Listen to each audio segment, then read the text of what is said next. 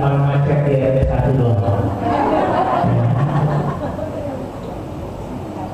Rahmat keliling salam semoga Allah curahkan, semoga Allah limpahkan selalu kepada Nabi kita, Rasul kita, yaitu baginda Rasul Muhammad Sallallahu Alaihi Wasallam. Ketika baginda Rasul wafat, Abu Bakar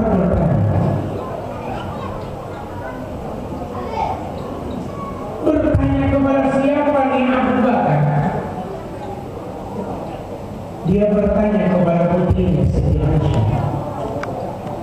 Hei Aisyah, apakah ada sunnah baginda Rasul yang belum saya lakukan?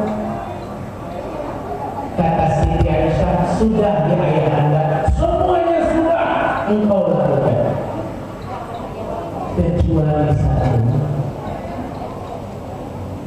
Apa itu? Baginda Rasul setiap pagi selalu datang ke satu pasar. Di pasar itu ada seorang pengemis yang buta. Tiap hari pengemis nongkrong di pojok pasar, jadi pengemis kerjaannya hanya menghina baginda Rasul. Jangan pernah percaya yang namanya Muhammad, jangan pernah beriman kepada Muhammad, dia adalah tukang sihir, dia bohong. Itu ucapan pengemis tiap hari teriak-teriak seperti itu. Baginda Rasul datang, tiap hari baginda Rasul datang. Dia maki-maki, baginda Rasul datang. Ngapain baginda Rasul? Dia suapin itu si pengemis. Sebelum disuapin dihancurin dulu makanannya, hancurin dulu, baru masukin ke mulut si pengemis yang buta. Perilaku ini sampai baginda Rasulullah. Ketika baginda Rasul wafat, Abu Bakar bertanya begitu kepada putrinya Siti Aisyah, maka Abu Bakar menggantikan baginda Rasul untuk datang ke pasar. Nyampe ke pasar, Abu Bakar bawa makanan lalu disuapin tuh pengemis oleh Abu Bakar. Si pengemis marah. Siapa kamu? Saya orang yang biasa nyuapin Anda. Bukan. Orang yang suka nyuapin saya orangnya halus, orang yang suka menghaluskan makanan baru dimasukkan ke mulut saya. Jadi saya tidak capek ngomongnya dan tidak sakit di perut. Nangislah Allah. Hei Anda siapa? Kenapa Anda menangis? Kata Abu Bakar, hei pengemis yang suka nyuapin engkau, ini sudah meninggal. Ini saya Abu Bakar sini. Siapa yang suka nyuapin saya namanya? Muhammad SAW, yang suka kau caci, yang suka kau maki. Itu pengemis langsung merangkul Abu Bakar, dia menangis. Ya Abu Bakar, aku sangat menyesal telah memaki Muhammad, padahal dia tiap hari nyuapin aku. Aku maki, dia tetap halus menyelundupkan makanan, masukkan ke mulutku. Jadi Abu Bakar, bimbing aku baca syahadat. Dibimbinglah baca syahadat oleh Allah. Jadi kita simpulkan cerita. Boleh jadi orang memaki, boleh jadi orang menghina, boleh jadi orang menghujat. Ingat, jangan dibalas dengan hujatan, jangan dibalas dengan makian, jangan dibalas dengan penghinaan kembali.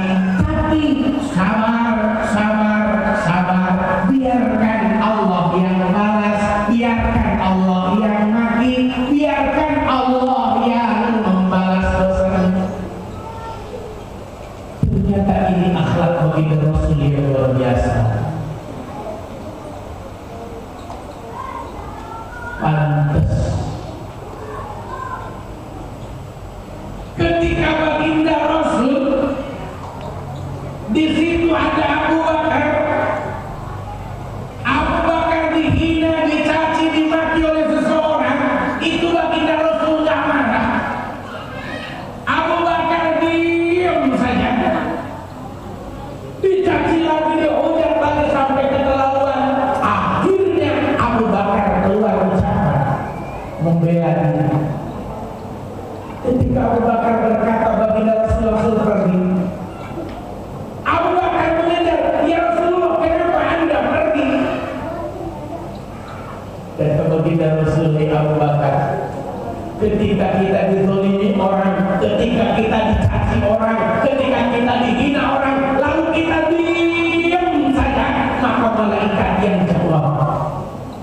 Tapi ketika dihina orang, dizalimi orang, dimaki orang, kita jawab, maka setan itu yang jawab. Tiga hal yang pasti. Satu, kata baginda Rasul, siapa yang dizalimi akan naik derajatnya. Siapa yang rajin bersyukur dan memberi akan ditambah.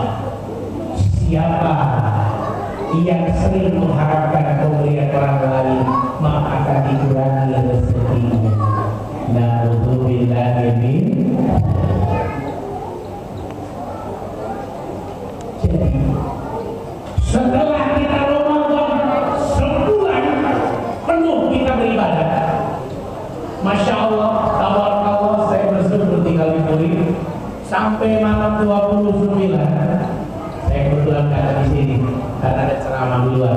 28 saya di sini, kalau 28 masih ada. 28 masih 3 sama. Itu yang 21 rakaat. Yang 11 rakaat masih penuh. Malam 28. Indah ya di situ.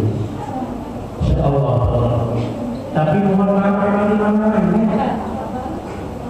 Itu saya minum ceramah di Al-Ikhlas. Itu jamaah malam keberapa masih penuh. Habis salat tarawih, habis salat tarawih, saya berdiri lagi. Masya Allah, tabarakallah, persis bagian witir hanya tinggal 2 baris. 2 hari penuh sekian. Kata saya pada mana? Biasa Pak Ustaz, makanya jarang mau ada yang di depan. Pengen ke belakang dulu. Kenapa? Kalau di depan kelakain orang kan. Jadi ada golongan 11, ada golongan 23. Jangan pernah dipermasalahkan. Yang dipermasalahkan anak kita yang terawih main petasan. Itu harus dipermasalahkan. Anak kita yang kita terawih malah dia nongkrong, itu yang harus dipermasalahkan.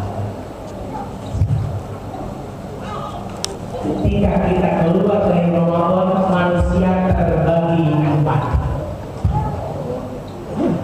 Satu, akan nampak jelas ada manusia yang sa'idatun fid dunya wa saqawatun fil akhirah. Yang kedua, ketika orang lepas Ramadan masuk bulan Syawal, akan nampak yang kedua, golongan manusia sa'idatun fid dunya wa sa'idatun fil akhirah. Yang ketiga, saqawatun fid dunya sa'idatun fil akhirah.